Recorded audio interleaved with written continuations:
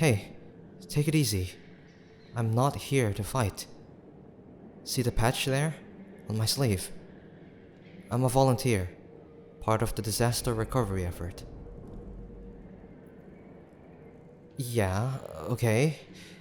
I get it. It's been a crazy 48 hours, and trust is in short supply around these parts. Alright. How about this? What if I sit on my hands here in the corner of the room? That way you can just set that knife down for a sec so your arm doesn't get all worn out. Alright? Does this work for you? Okay then. So, how about you tell me your name? Right. I guess I should go first. The name's Indeed. It's nice to meet you. I'd shake your hand, but, well, you know.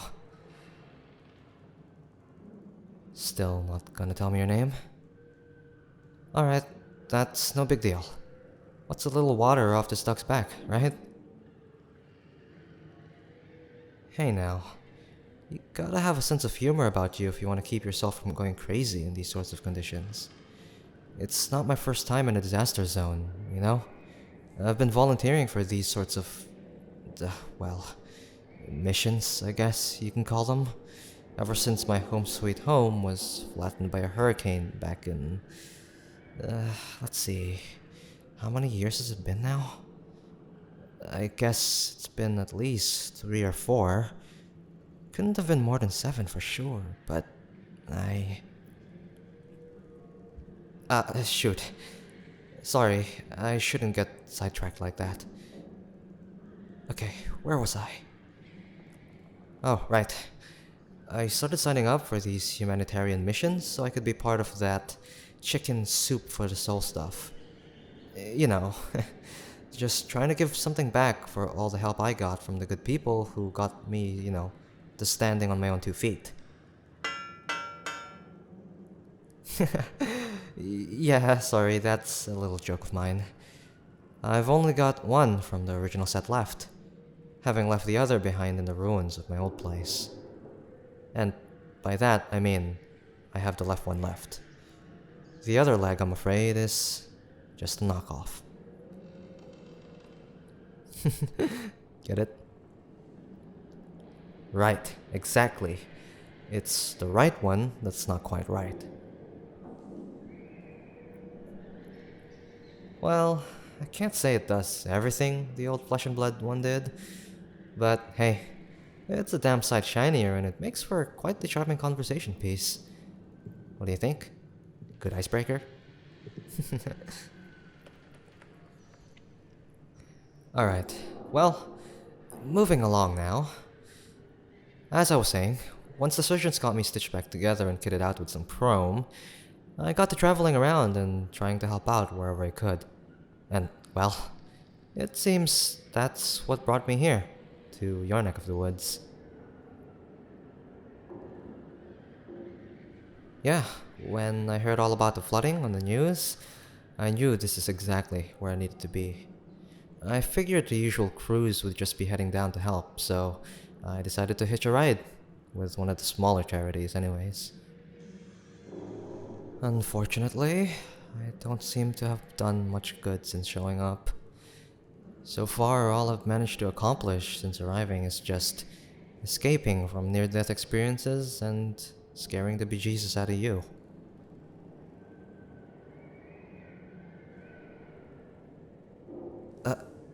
The others I was with. No. Sorry to say, but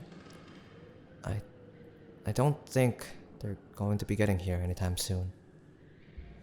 The convoy we were in got, well, I don't know exactly how to describe it. I guess obliterated? Nah, more like oblivion or something like that. All that shadow stuff suddenly appearing everywhere. I mean, I didn't even hear the guy next to me scream. One second he was there chewing on a candy bar, and then the next, there was nothing. Nothing there. He got all swallowed up by the darkness along with half of the bus I was riding in.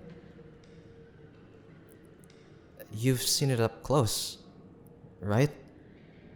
That shadow stuff. It's creepy as hell. It's like it emits pure, unadulterated silence. Like, you know, even in a library or something, you hear like the air and people turning pages. Maybe even some odd mosquito or something like that. Like, just the plain ambience of the environment. But whatever that shadow stuff is, it just soaks up everything it touches. Light, sound, even people. Nothing gets out of it.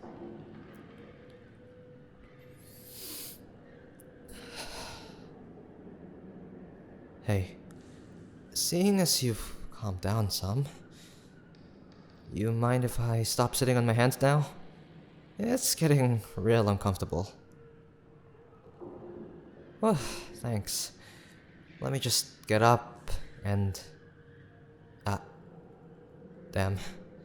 I think the left one's fallen asleep on me. Anyways, I'm sure you know a lot more about what's going on here than I do, seeing as I just showed up a few hours ago thinking I was on my way to help hand like bottled water and set up like a soup kitchen. So, got any idea on what's happening?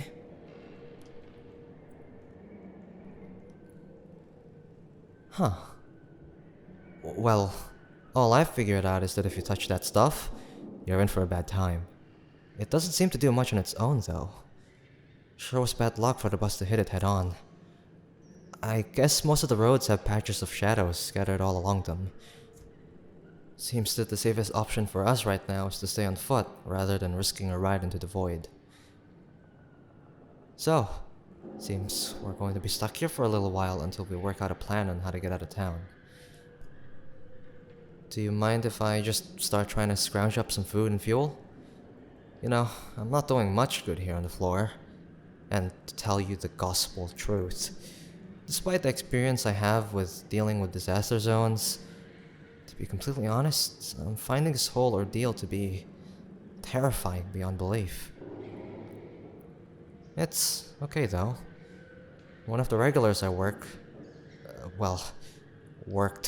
with on these little jaunts told me that the only thing to do in these sorts of situations is to roll up your sleeves and start serving some soup. Well, I guess he meant literal soup, seeing as he was just the one running the kitchens and all.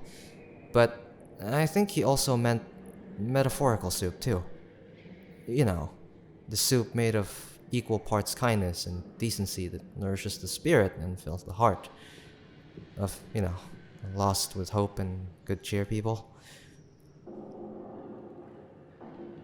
Yeah, that's something I read in one of the training manuals they handed out in the bus.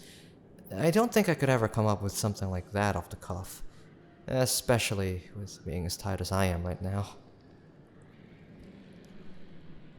Anyways, let me get to doing the one thing that I know how to do, and that's making soup. Oh, yeah, it's real easy for sure. All I gotta do is get some sort of cooking vessel, some water, something I can use to heat it all up, and whatever it is we're gonna be eating tonight. I'm guessing we can find something in this building that fits the bill for each of those needs. You think you'll be alright here until I get back?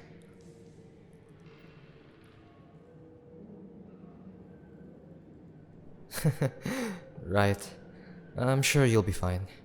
You were doing the whole surviving a horror story sort of thing before my sorry ass showed up. And don't you worry, I'll be back here safe and sound before you know it, with everything we need to make a nice hot bowl of soup or 10. I'm hoping that the scent of cooking soup might help to draw in a few more survivors as well. And I think offering them a meal is a good way to, make those strangers into friends. Right now, I think we both need all the friends we can get.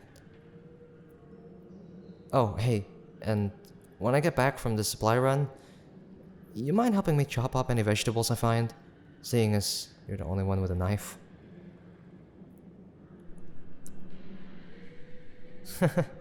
Nah, it's okay. You hold on to it. I'll be back soon. Just sit tight, okay?